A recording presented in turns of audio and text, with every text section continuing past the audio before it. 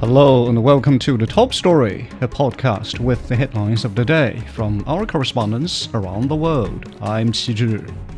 Coming up in this edition, Pakistani Prime Minister Shehbaz Sharif vows retaliation to avenge the deaths caused by India's airstrikes, while India conducts nationwide civil defense drills. The Houthis in Yemen say they've launched fresh drone attacks against Israel. And Chinese President Xi Jinping has held talks with the Russian President Vladimir Putin during his state visit in Moscow. We begin with the India-Pakistan tensions. Residents in eastern Pakistan say they heard multiple explosions in Lahore. Punjab province was the target of Indian missile strikes a day earlier that also hit Pakistan-controlled Kashmir. The Pakistani Prime Minister said India will bear the repercussions of the escalation. Daniel Khan reports. The strikes carried out between the night of May 6th and 7th targeted at least 6 locations across Punjab and Azad Jammu and Kashmir, including Bahawalpur, Sialkot, Kotli and this city, Muzaffarabad. According to Pakistan's military, dozens of civilians were killed, among them children and women, and over 40 others injured. Civilian infrastructure, including mosques and a hydropower facility, were also damaged.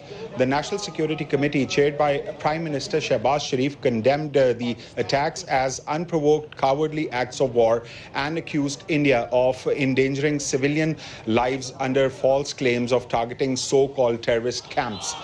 Claims Islamabad strongly denies. Pakistan's military says Indian fighter jets and one drone were shot down during the response, and that no Pakistani aircraft crossed into Indian airspace.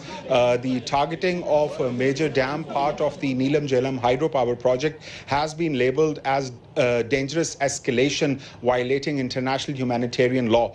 Pakistan also says the strikes endangered international civil aviation, with dozens of flights passing overhead at the time. With the tensions rising, Islamabad is calling on the international community to hold India accountable, warning that the situation could spiral further if left unchecked. That was Daniel Khan on Pakistan remaining on high alert amid tensions with India. While in India, defense officials say the military responded to shelling from Pakistan near the line of control. India also conducted nationwide civil defense drills. New Delhi launched missile strikes early Wednesday, targeting what it called terrorist infrastructure.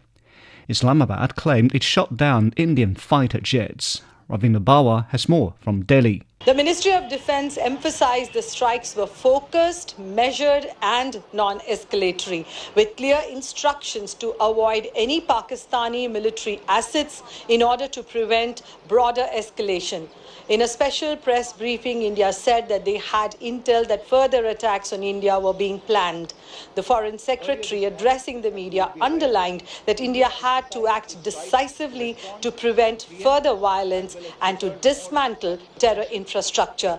He added that since Pakistan did not take any action against the terrorists and their backers, India exercised its right to defend. The military strikes targeted terrorist camps that served as recruitment centers, launch pads and indoctrination centers, and housed weapons and training facilities. Later on Wednesday, Prime Minister Narendra Modi chaired a high-level meeting with key cabinet ministers. Heavy shelling continued from both sides on Wednesday. Many flights were cancelled in the northern and the western region. Mock drills in case of any escalation were carried out in over 250 locations across the country, including Delhi. That was Ravinder Bawa reporting. Moving to the Middle East, the Houthis in Yemen say they have launched fresh drone attacks against Israel. The Yemeni group signed a ceasefire deal with the United States, but vowed to keep up the attacks against Israel in support of the Palestinians. The Houthi group and Israel have targeted each other's airports. The aviation hub in the Yemeni capital has cancelled all flights. Ahab Al-Fandi examines the destruction at Sana'a International Airport. In a moment no one expected, Sana'a International Airport turned into a scene of smoke and destruction. Civilian aircraft destroyed, others unable to take off. Israel strikes at every part of the airport, from the runways and control tower to the passenger halls and terminal. Nearly all of it was reduced to rubble. The damage from the Israeli airstrikes on Sana'a airport is very large. The attack was direct and targeted the departure building, which was completely destroyed along with all its technical and security equipment, communication systems, security systems, and fire systems. 6 aircraft were completely destroyed and the runways were hit by 8 missiles. Officials from the Ministries of Justice, Human Rights, Transport, and the Airport Administration gathered at the site to show the scale of the damage. In a press conference surrounded by debris, they called for independent international investigation. They said the destruction of the airport is a threat to civilians who are already suffering under the long blockade.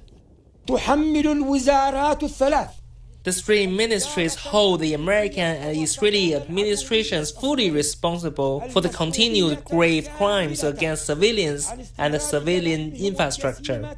The ministries also called on activists and free people around the world to take immediate action to pressure Israel to stop its aggression against Yemen and Gaza. The airstrikes on Sana'a airport have done more than just destroy buildings. They made the already severe humanitarian crisis worse. The airport was the main route for medical and relief aid. Now it's in ruins. Observers warned that stopping flights to and from the Yemeni capital will make humanitarian work even harder. Air traffic has stopped amid widespread destruction that hit vital civilian structure as the airstrikes hit both passenger planes and essential service facilities. These scenes of destruction reflect the tribal reality, a conflict that has long affected civilians and their way of life. That was Al-Fandi reporting. In Europe, Chinese President Xi Jinping is in Moscow for a state visit.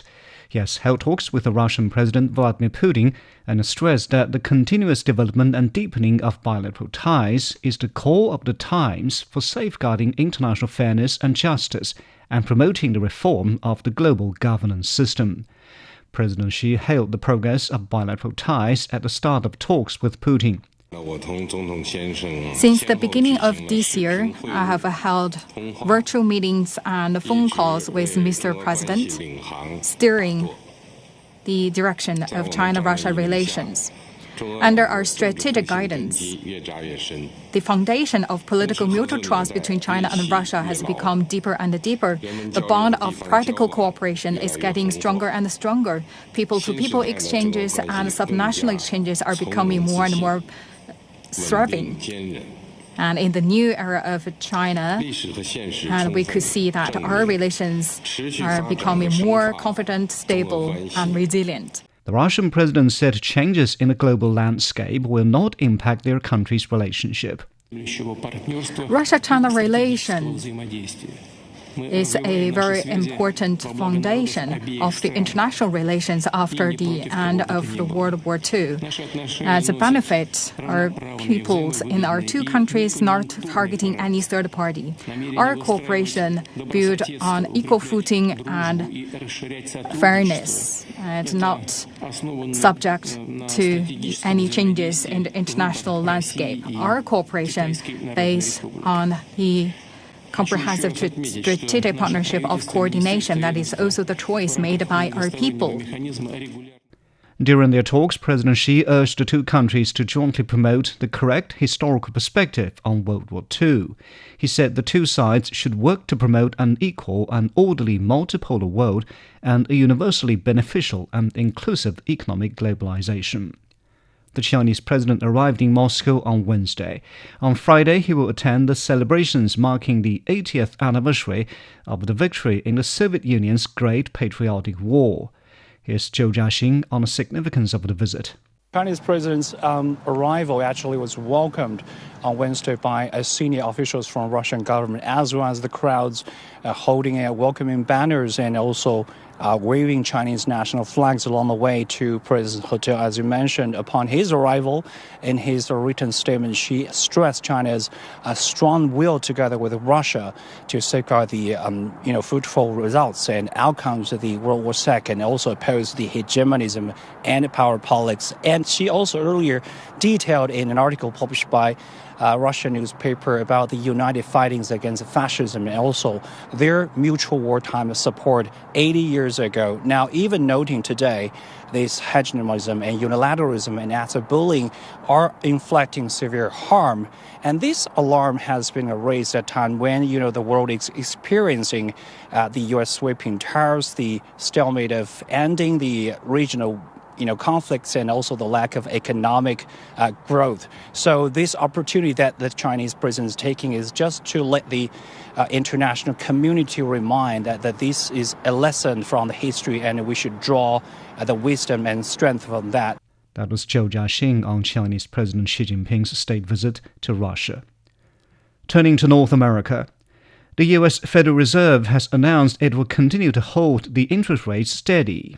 It says it will keep the target range for the federal funds rate unchanged at over 4.2% to 4.5%. This marks the third consecutive time since January that the central bank has held rates steady. The Fed cited rising inflation, higher unemployment, and economic uncertainty as key factors influencing its stance. Owen Fairclough has more. U.S. Federal Reserve Chair Jerome Powell must have one of the toughest jobs in Washington right now. If the large increases in tariffs that have been announced are sustained, they're likely to generate a rise in inflation, a slowdown in economic growth, and an increase in unemployment.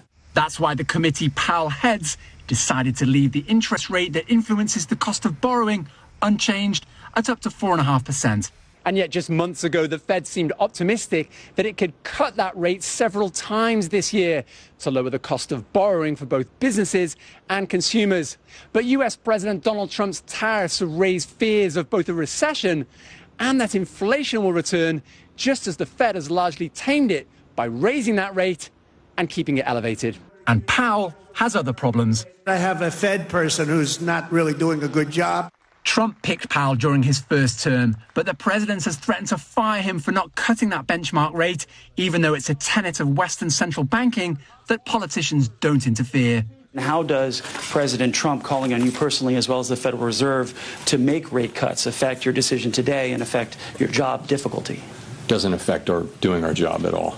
Legal opinion is divided on whether Trump can fire Powell, but Trump has since said he won't before Powell's second term ends in May 2026. That was Owen Fairclough on the latest rates decision by the Federal Reserve. Finally, in Africa, the United Nations has raised concern about the recent huge increase in the number of Sudanese refugees arriving in Chad, which is worse than the humanitarian crisis at the border. Fighting has intensified in and around the city of Al Fasher in Sudan's North Darfur region, as the paramilitary Rapid Support Forces seeks to make gains after being forced out of the capital Khartoum by the army last month. Crystal Onkale reports. The UN Refugee Agency reports that about 20,000 people have arrived in Chad in just the past 2 weeks. The exhausted refugees, primarily women and children, are escaping brutal attacks and widespread terror in the North Darfur region. We are living difficult periods with the influxes after the bombing of Zamzam IDP camp in Darfur and El Fasher. We have hundreds of thousands people moving who have been living in Zamzam. Many of those arriving have come without food, money, or identity documents, saying that their homes are completely destroyed. The doctor just told me that there are many pregnant women, lactating women who are malnourished. So we expect more malnourished people coming now, talking about people who are dying on their way from Zamzam to between Tawila and here Etine, dying with hunger. The battle for El Fasher, the last major city in Darfur to elude RSF control, has intensified in recent weeks, with over 500 civilians killed according to the UN. Those who managed to escape have fled west to Chad. However, aid agencies say Chad, which is already hosting 1.3 million refugees, is overstretched to absorb new arrivals. We didn't expect this big influxes of people. It's terrible here at the border. Many children, unaccompanied children like the one of 14 years we just met, this boy of 9 years who is crying here looking for their parents.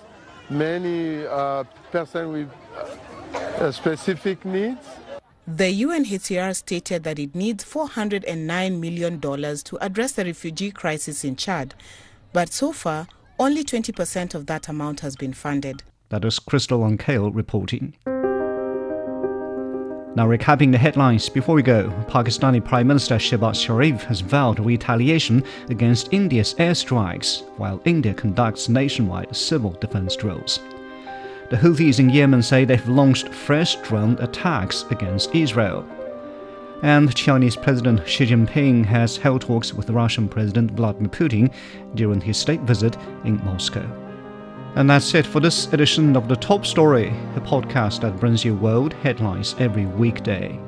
For more news in politics, business, sports and culture, you can subscribe to the Beijing Hour, a one-hour podcast news magazine program.